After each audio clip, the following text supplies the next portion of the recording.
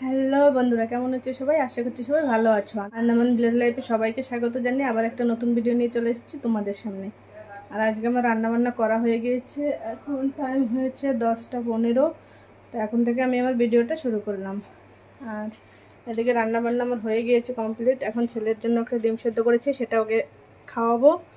খাইয়ে তারপরে ওকে তেল মালিশ করে ঘুম পাড়িয়ে দেবো। তারপরে আমাদের কাজ আছে, আমি তো বলেছি আমাদের এখন সুপুরির কাজ চলছে, তো সেটা এখন ঘরে তুলতে হবে।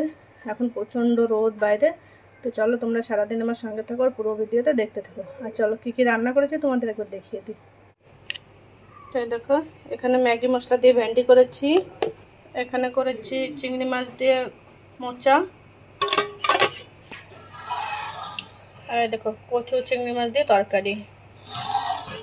আর নিচে এখানে ভাত আছে। এখানে যে ছেলের জন্য ডিম সিদ্ধ করে রেখেছি, এটা এখন ওকে খাইয়ে দেবো। তো দেখো আমার কাজকর্ম করা হয়ে গিয়েছে।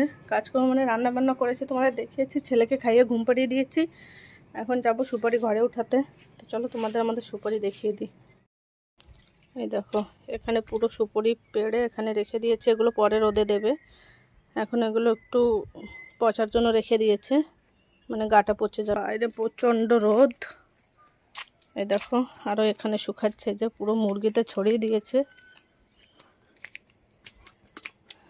আর এই যে এই সুপারিগুলো এখন ঘরে উঠাতে হবে।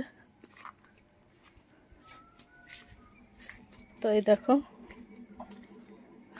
এই যে আর এই যে এখানে উঠাবো, এটা আমাদের সুপারি রাখার জায়গা। এই যে এখানে কিছু রাখা আছে, যে শুকনো সুপারি এখানে কিছু রাখা আছে। যে চলো তাহলে দেখতে থাকো। তো এই দেখো আমি এখন সুপারির কাজ শুরু করে দিয়েছি। এখন এই সুপারিগুলো সব এক জায়গা করে নেবো এইভাবে।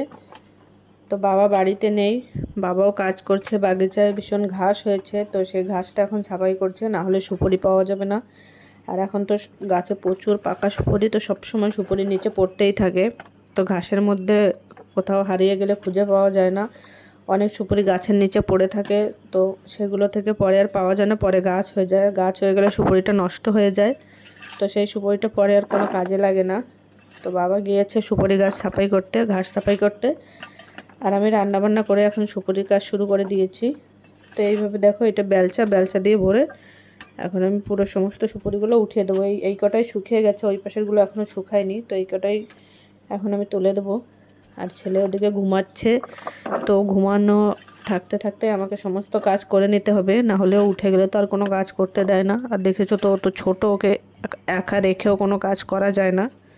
তো আজকের মতন আমার ভিডিওটা এই পর্যন্তই। আমার ভিডিও যদি তোমাদের ভালো লেগে থাকে তাহলে আমার চ্যানেলটিকে সাবস্ক্রাইব করে একটা লাইক দিয়ে দিও। সবাইকে বাই।